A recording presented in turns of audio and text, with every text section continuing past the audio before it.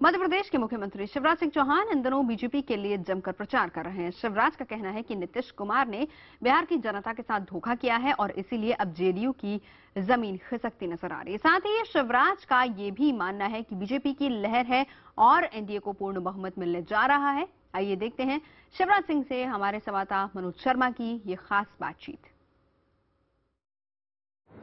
हमारे साथ हैं मध्य प्रदेश के मुख्यमंत्री शिवराज सिंह चौहान, जो पूरे देश में लगातार सभाएं ले रहे हैं। 3 दर्जन सभाएं ले चुके हैं और बिहार में चंपारण और जो वाल्मीकि नगर जैसे इलाकों से दौरा करने के बाद सर, आज जो मैं आपको लगातार सुन रहा था कि आप बोल रहे थे कि नीतीश कुमार की जमीन खिसक रही है।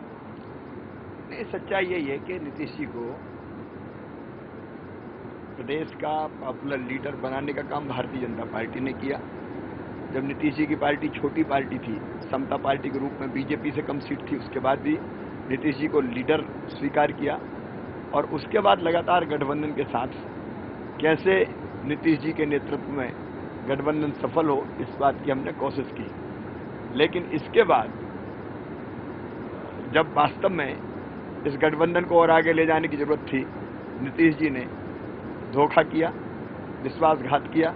और सच बात यह है कि जनता ने अगर बहुमत भी दिया तो भारतीय जनता पार्टी जेडीयू गठबंधन को बहुमत दिया, उन्होंने इसको तोड़ दिया। और आप देख रहे हैं 9 महीने पहले नीतीश कुमार जी की स्थिति क्या थी और आज नीतीश कुमार जी की हालत ये है कि उनके पांव के नीचे से जमीन खिसक गई है।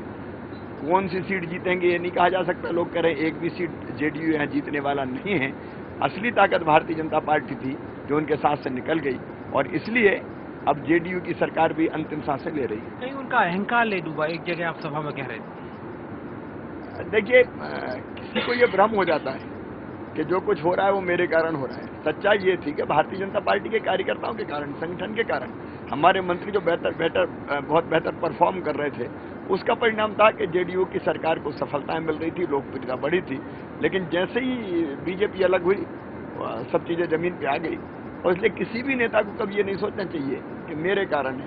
अगर ये अहंकार आता है तो अहंकार ज्यादा दिन तक रहता नहीं, जैसा बिहार में हुआ है। तो आपकी बातों से सर ये कि एक तरह से उनसे गलती हुई, लेकिन आप एक पॉजिटिव पॉलिटिक्स के लिए कहा जाता था कि आप भी पसंद करते थे पहले कभी नीतीश कुमार को। कहीं ऐसे हालात बनते हैं, जरूरत पड़ती है, तो आप कहेंगे नीतीश कुमार से कि आप आइए, आप एनडीए में दोबारा आइए, अपनी गलती सुधारिए।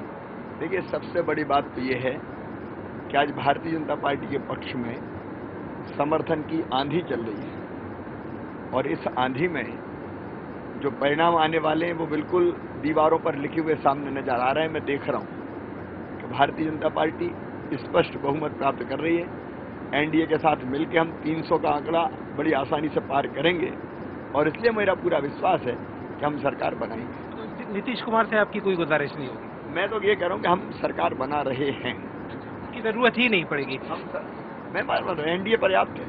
सर, ये जो हवा का रुख नहीं समझ पाए राहुल गांधी, क्या मतलब होता है ये कहने का आपका? ये हवा के रुख का मतलब ये है कि वो जमाने लद गए जब कोई किसी वंश का होने के कारण चुनाव में सफलताएं प्राप्त करता था। आज की राजनीति विकास की राजनीति है। विकास उसका केंद्र बिंदु है, जन कल्याण उसका केंद्र बिंदु है।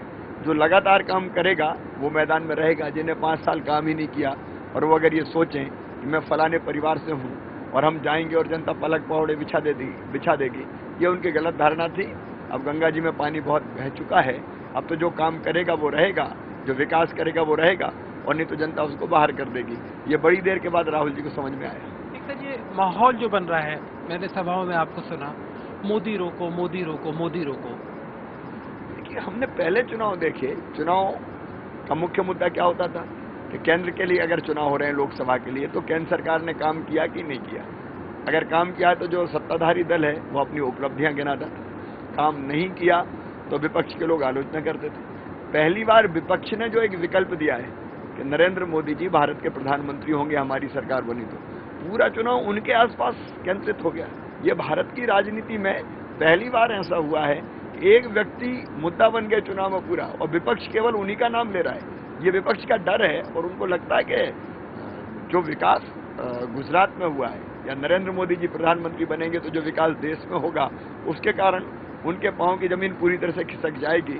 और इस डर में कि फिर हमारा कहीं कोई अस्तित्व नहीं बचेगा, अंधा मोदी विरोध हो रहा है जो वास्तव में लोकतंत्र में नहीं होना चाहिए। ये इलेक्शन कमीशन का जो रवैया है, इसे कहाँ तक आप जायज मानते हैं? हम लोगों ने समय समय पर अपनी आपत्तियां और विरोध प्रकट किया है। मध्य प्रदेश में हमारे कुछ अधिकारी बिना किसी कारण के हटा दिए गए क्योंकि सामने की पार्टी ने कुछ आपत्तियां लगा दी थी। मैं ऐसा मुख्यमंत्री हूं जो कभी भी ये नहीं मानता कि किसी अधिकारी या कर्मचारी के कारण चुनाव जीते जाते हैं। चुनाव तो जनता जिताती है, लेकिन एक तरफ झूठी आपत्ति लगा के जिसको चाहे हटवा दें और दूसरी तरफ शिकायत करते रह जाएं, कोई कार्रवाई ना हो। एक तरफ एक नेता जो प्रधानमंत्री पद के उम्मीदवार हैं, देश की जनता जिनके पीछे खड़ी है, उनको आप सभा की अनुमति नहीं देते हैं, और दूसरी तरफ किसी अधिकारी के खिलाफ भारतीय जनता पार्टी आपत्ति लगाए तो आप कहते हैं कि नहीं ये छोटी मोटी बात है। तो इसके कारण साफ ये दिखाई देता है कि जो निष्पक्षता थी चुनाव आयोग के वो संदेह के घेरे में आई है। मैंने भी पत्र लिख के आपत्तियां प्रकट की थी और मोदी जी ने भी बड़ा स्पष्ट रूप से ये बात कही है, चुनाव आयोग की निष्पक्षता हर हाल में रहनी चाहिए क्योंकि वो लोकतंत्र के प्राण है। अब लेकिन जो भाषा इस्तेमाल हुई सर पूरे चुनाव में, तो उस भाषा को लेकर आप कहीं आपके मन में एक वो है, एक जैसे कहते हैं ना कि एक बुरा लगता है कहीं कि इस तरह की भाषा चुनाव में, क्योंकि बाद में जैसा नरेंद्र मोदी जी ने भी हाल ही में कहा कि दोबारा अगर जरूरत पड़ी ये भाषा चुनाव में अपनी जगह है लेकिन सरकार में ये भाषा नहीं चलेगी। देखिए, नरेंद्र मोदी जी चौथी बार मुख्यमंत्री हैं, संवैधानिक संस्थाओं का वो आदर करते हैं और अगर कहीं असहमति और विरोध भी होता है तो एक सीमा है उसको प्रकट करने की, हम सीमाओं का पालन करते हैं। इसलिए उनने भी अपनी बात कही, मैंने भी पत्र लिख के अपनी आपत्तियां चुनाव आयोग के सामने व्यक्त कर दी थी।